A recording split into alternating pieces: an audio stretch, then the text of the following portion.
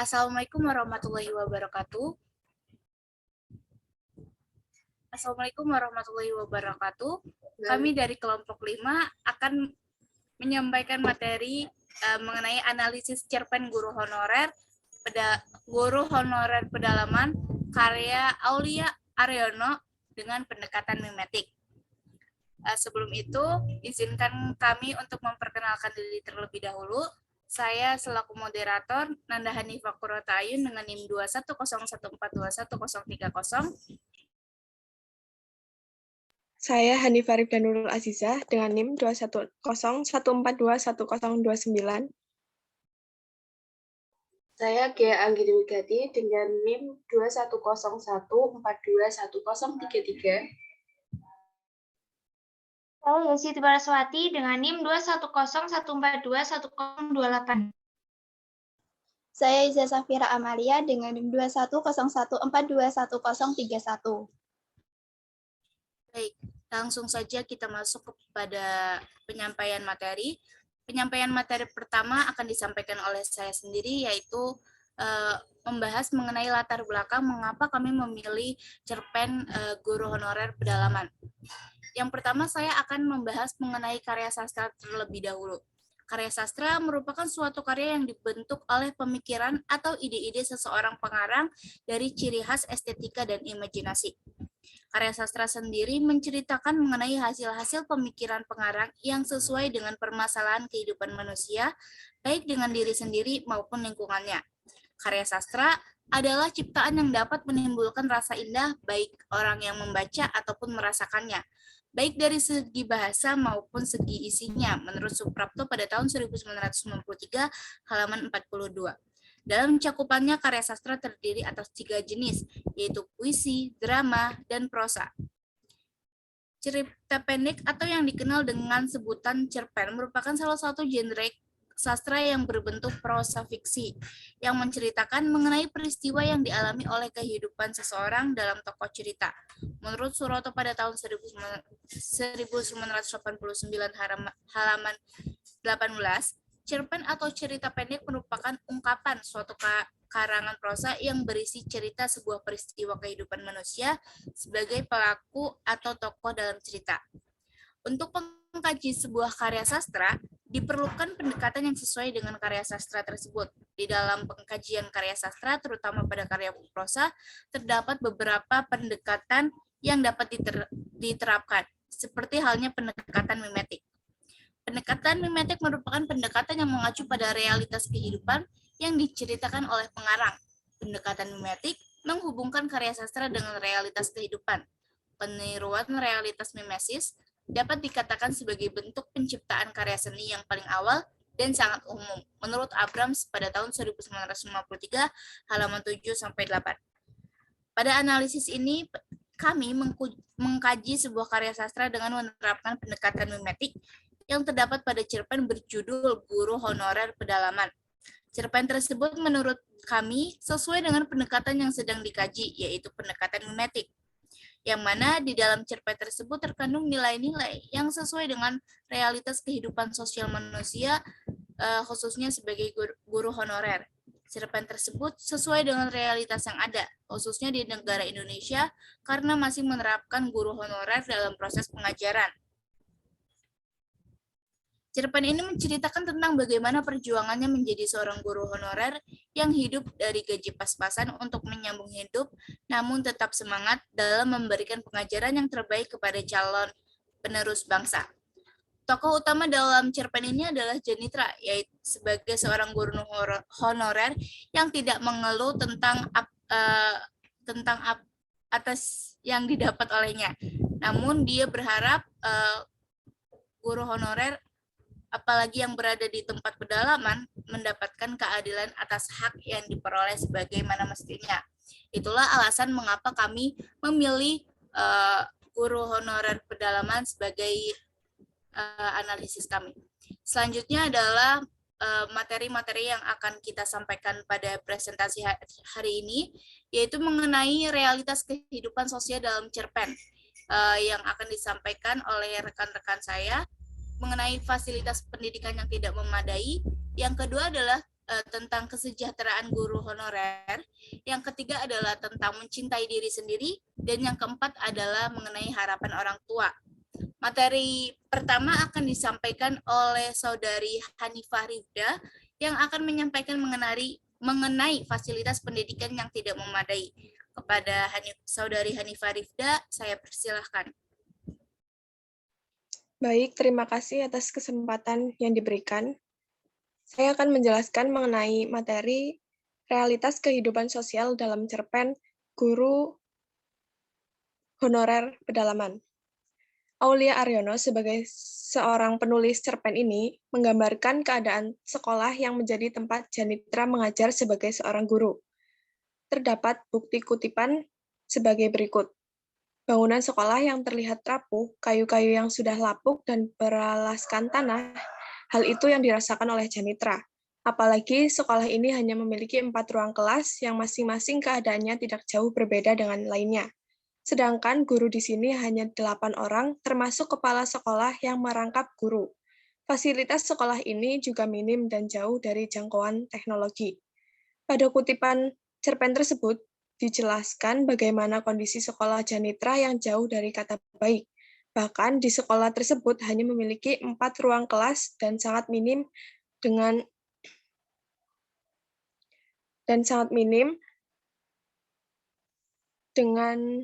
teknologi. Minimnya fasilitas pendidikan yang ada di daerah pedalaman seperti yang ada dalam cerpen tersebut sangat menggambarkan bagaimana kondisi yang terjadi pada sektor pendidikan di Indonesia, terutama dalam segi sarana dan prasarana. Dilansir dari berita Kompasiana, sangat sulit menjangkau sekolah-sekolah di daerah pedalaman.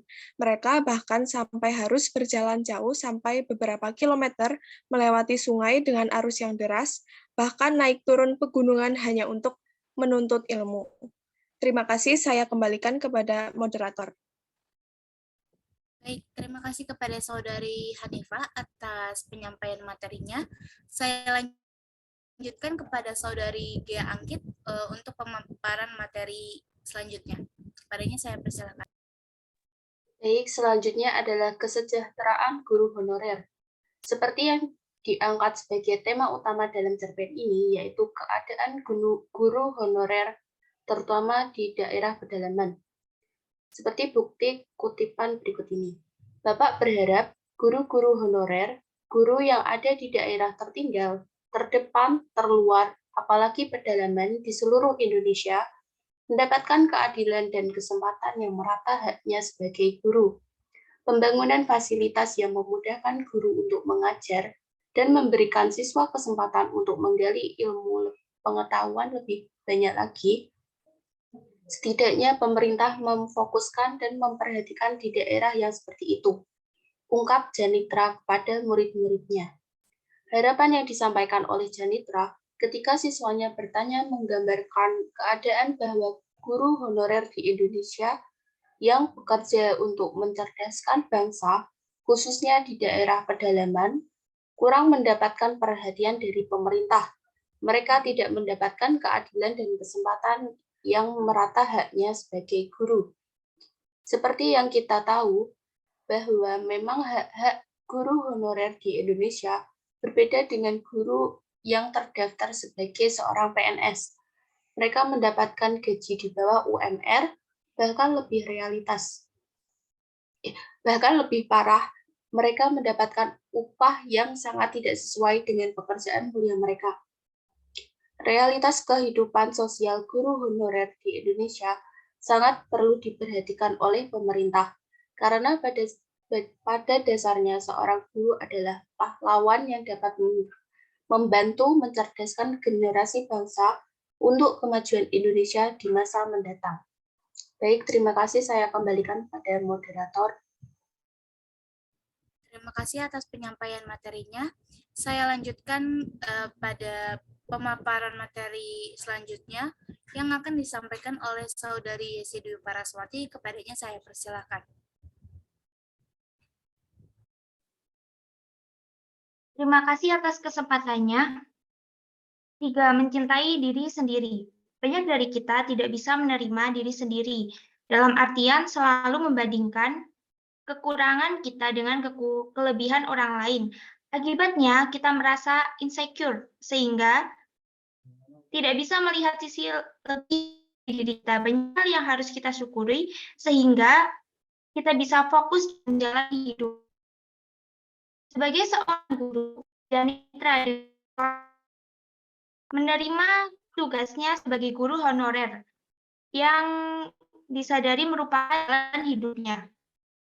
Pada bukti kutipan, Bapak juga berharap kalian harus mencintai diri kalian sendiri, mengenal diri kalian sendiri karena jika kalian tahu siapa diri kalian yang sebenarnya, maka kalian bisa mengendalikan diri dari hal apapun dan hidup kalian jauh lebih bermakna.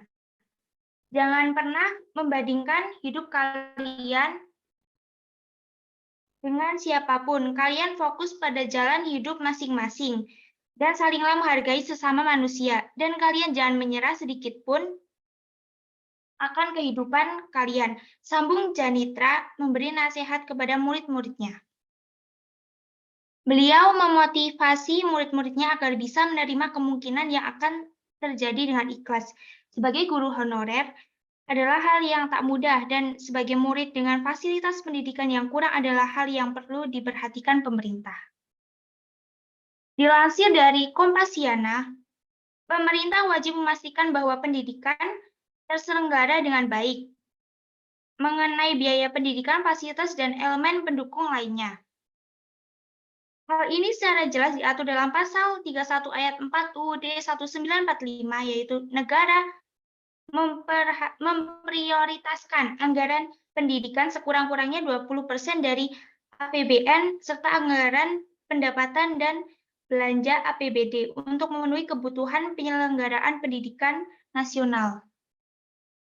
Terima kasih, saya kembalikan kepada moderator. Terima kasih atas penyampaian materinya.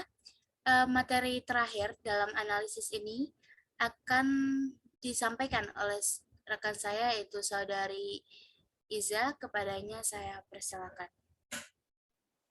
Terima kasih kepada moderator atas waktunya. Saya akan menjelaskan tentang harapan orang tua. Seorang ayah yang menginginkan anaknya mendapat nasib yang layak dari dirinya. Pada kutipan 1, menjelaskan ia menatap Janitra lama sambil memikirkan masa depan Janitra sebagai guru honorer. Sama seperti dirinya, ia ingin Janitra bisa diangkat pegawai sipil, apalagi sekolah tempat mengajar jauh dari kata layak. Ia sedih, namun ia percaya bahwa suatu saat takdir mengubah hidup anaknya kelak. Pada kutipan 1 telah digambarkan seorang ayah yang ingin anaknya mendapatkan hak yang layak lebih dari dirinya. Sewajarnya orang tua yang memikirkan nasib masa depan anak, ayah Janitra juga memiliki kekhawatiran seperti ini. Namun, ia tetap percaya bahwa suatu saat takdir baik akan mengubah sang anak kelak. Selanjutnya pada kutipan kedua, yaitu walaupun kamu guru honorer dan tinggal di pedalaman, kamu harus tetap tabah, Le. Bapak selalu berdoa suatu saat pemerintah peduli dengan nasibmu dan guru honorer lainnya. Jangan patah semangat dan teruslah jadi pelita di tengah kegelapan, Le. Murid-muridmu membutuhkanmu. Ibaratnya, kamu lilin yang rela terbakar demi murid-muridmu menggapai masa depan yang lebih baik. Itulah perkataan bapaknya yang terlintas di pikirannya. Kutipan 2 telah diceritakan bahwa Janitra sangat mengingat nasihat-nasihat yang dituturkan oleh sang ayah. Nasihat itu memiliki arti perjuangan seorang guru yang mendidik muridnya dengan ikhlas, hingga dapat merubah masa depan mereka menjadi cerah. Maka dapat diibaratkan menjadi pelita di tengah kegelapan. Selain itu, ayah Janitra juga berharap agar anaknya tetap semangat meskipun di tengah keterbatasan. Sekian dari saya kembalikan kepada moderator. Terima kasih kepada rekan-rekan. Setelah pemaparan materi analisis kami, selanjutnya kami akan menyampaikan ulasan dari hasil diskusi kelompok 3 dan kelompok 4.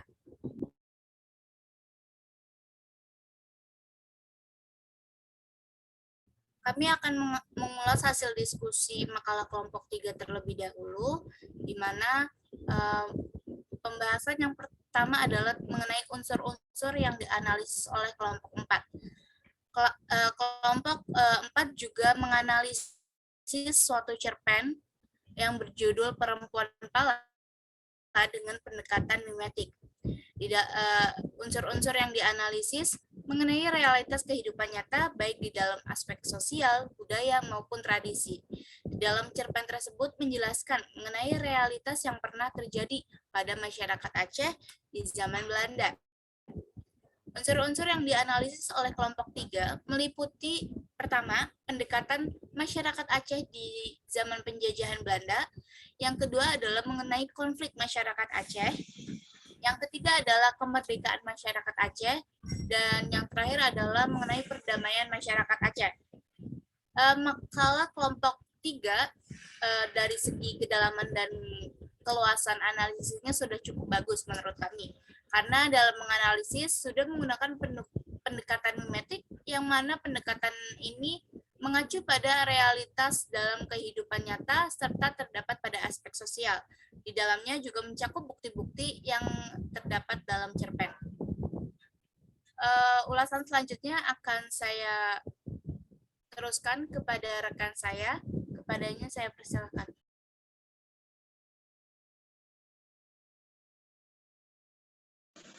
Baik, terima kasih atas kesempatan yang telah diberikan. Saya akan menjelaskan mengenai kelebihan dan kelemahan menggunakan pendekatan mimetik dalam menganalisis cerpen Perempuan Pala karya Azhari. Kelebihan yang pertama yaitu dengan menggunakan teori mimetik dalam menganalisis cerpen Perempuan Pala karya Azhari, terungkap fenomena sosial masyarakat Aceh yang ada dalam cerpen Perempuan Pala yang merupakan cerminan dari fenomena sosial budaya nyata dalam refleksi masyarakat Aceh. Kelebihan yang kedua yaitu pendekatan ini memfokuskan dengan cerminan kehidupan masyarakat. Pendekatan mimetik adalah pendekatan yang mengkaji karya sastra berkaitan dengan realitas atau kenyataan, sehingga dengan menggunakan pendekatan ini lebih mudah untuk mengkaji cerpen tersebut. Kemudian kelemahan yang terdapat dalam cerpen tersebut yaitu karena pendekatan mimetik menghubungkan karya sastra dengan realitas, maka kemudian muncul anggapan bahwa karya merupakan cerminan dari realitas, sehingga hakikat karya sastra yang bersifat fiktif seringkali dilupakan. Hal ini sangat berbeda dengan makna karya sastra yang merupakan hasil karangan fiktif pengarang. Terima kasih, saya kembalikan kepada moderator. Terima kasih atas penyampaian materinya. Saya lanjutkan kepada Saudari Gia Anggit untuk menyampaikan pemaparan materi selanjutnya. Baik, terima kasih. Saya akan membacakan pesan yang terkandung dalam cerpen Perempuan Pala. Cerpen tersebut mengandung pesan mengenai perjuangan, pengkhianatan, dan penderitaan yang dialami oleh masyarakat Aceh pada masa penjajahan. Bagaimana kita seharusnya bersyukur hidup di zaman sekarang yang tidak ada lagi penindasan dan kekerasan oleh penjajah.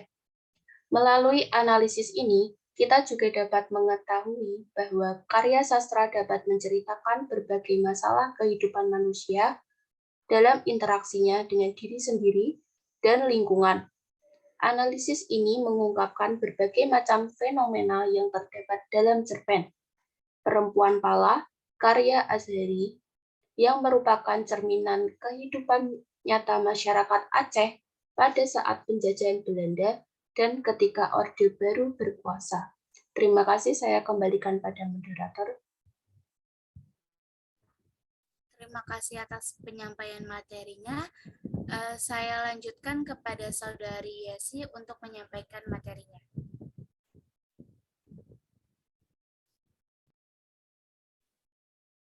Terima kasih atas kesempatannya. Aspek yang ditampilkan pada cerpen Perempuan Pala. Sosial, penderitaan, konflik kemerdekaan, dan perdamaian masyarakat Aceh. Budaya, kesenian, bahasa, dan adat istiadat masyarakat Aceh. Politik penjajahan Belanda masa Orde Baru. moral, dan pendidikan mengenai penindasan dan pesan yang disampaikan dalam cerpen. Terima kasih, saya kembalikan kepada moderator. Baik, terima kasih atas penyampaian materinya.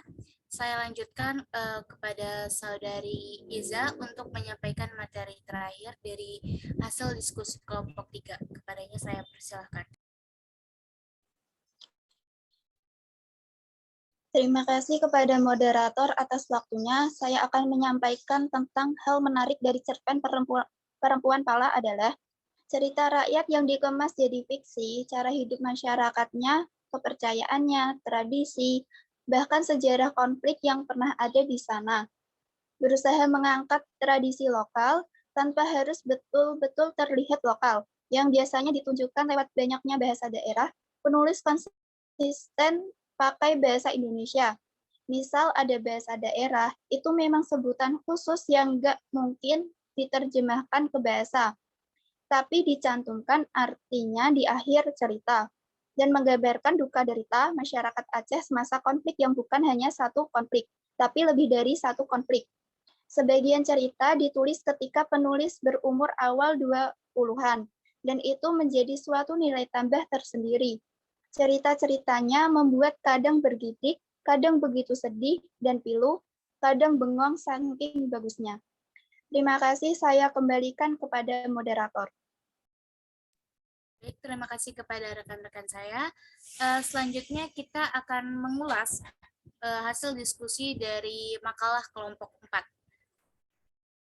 Materi yang disampaikan adalah mengenai unsur-unsur yang dianalisis dan akan disampaikan oleh rekan saya, Saudari Hanifah Rifda. Kepadanya saya persilakan. Baik, terima kasih Saudari Nanda atas waktu yang telah diberikan. Saya akan menjelaskan mengenai unsur-unsur yang dianalisis dalam cerpen yang berjudul Wanita Espresso. Dalam cerpen Wanita Espresso, penulis mengangkat aspek sosial budaya. Kelompok 4 menganalisis karya sastra tersebut menggunakan pendekatan mimetik yang mengacu pada teori Abrams. Adapun unsur-unsur yang dianalisis meliputi yang pertama yaitu identifikasi aspek budaya dalam cerpen Wanita Espresso yang meliputi baju adat pernikahan daerah Kudus, ilmu santet, sistem sapaan masyarakat Jawa, dan perjodohan. Yang kedua yaitu membuktikan aspek sosial budaya sebagai bentuk peniruan dari kehidupan nyata, yang meliputi perjanjian dalam wasiat, ilmu pelet, dan memakai baju adat daerah. Yang ketiga yaitu identifikasi aspek sosial dalam cerpen Wanita Espresso yang meliputi perundungan dan kebohongan. Dan yang terakhir yaitu membuktikan aspek sosial sebagai bentuk peniruan dari kehidupan nyata. Terima kasih, saya kembalikan kepada Saudari Nanda selaku moderator. Terima kasih Saudari Hanifah. Selanjutnya adalah pemaparan mengenai kelebihan dan kekurangan dari kelompok 4. Akan saya lanjutkan kepada rekan-rekan saya. Baik, saya akan membacakan kelebihan dari kelompok 4. Kelebihan dalam cerpen Wanita Espresso adalah dalam cerpen tersebut terdapat penggalan cerita yang menjelaskan tentang baju adat khas Kota Kudus. Hal tersebut bisa menjadi bukti untuk dimasukkan ke dalam aspek budaya karena dalam pendekatan mimetik yang dianalisa tidak hanya aspek sosialnya saja. Selanjutnya kelemahan akan dibacakan Saudari Yesi Dwi Paraswati. Baik, terima kasih. Kelemahan, kekurangan dalam cerpen Wanita Espresso adalah di akhir cerita dijelaskan apakah akan menikah dengan Parjo atau akan menikah dengan Mas Bima. Jadi inti kekurangannya adalah akhir ceritanya menggantung atau tidak terselesaikan. Saya kembalikan kepada moderator. Terima kasih kepada Saudari Gia, Anggit, dan Yesi. Pemaparan atau ulasan materi terakhir akan disampaikan oleh rekan saya. Mengenai pesan yang terkandung di dalam cerpen akan disampaikan oleh Saudari Iza. Kepadanya saya persilahkan. Terima kasih kepada moderator atas waktunya. Saya akan menyampaikan pesan yang terkandung atau amanat dalam cerpen Wanita Espresso adalah, kita sebagai manusia janganlah bersikap egois. Dalam cerpen Wanita Espresso, Ayah Ajeng egois karena ia hendak menjodohkan anaknya dengan cucu almarhum Mbah Parjo dan tidak memikirkan perasaan Ajeng, padahal Ajeng sudah mau dilamar Bima. Terima kasih, saya kembalikan kepada moderator. Terima kasih. Presentasi kami sudah cukup sampai di sini. Selanjutnya saya selaku moderator akan membacakan kesimpulan dari presentasi hari ini. Dalam makalah yang berjudul Analisis Pendekatan Mimetik dalam cerpen yang Guru Honorer Pedalaman, dapat disimpulkan bahwa sastra merupakan suatu karya yang bersifat kreatif dan imajinatif yang diciptakan oleh seorang pengarang melalui ungkapan ide-ide dan pemikirannya di dalam sebuah karya dengan menggunakan bahasa yang indah. Karya sastra merupakan suatu karya yang dibentuk oleh pemikiran atau ide-ide seorang pengarang dengan ciri khas estetika dan imajinasi. Untuk mengkaji karya sastra, diperlukan melakukan pendekatan yang sesuai dengan karya tersebut. Ada beberapa model pendekatan karya sastra menurut Abrams yang terdiri atas pendekatan objektif, mimetik, ekspresif, dan juga pragmatik. Dalam makalah yang kami buat, kami menerapkan pendekatan mimetik, di mana pendekatan ini mengacu pada realitas kehidupan yang diceritakan oleh pengarang. Pendekatan mimetik menghubungkan karya sastra dengan realitas kehidupan. Dalam analisis ini, kami menganalisis realitas kehidupan seperti fasilitas pendidikan yang tidak memadai, kesejahteraan guru honorer, mencintai diri sendiri, serta harapan orang tua.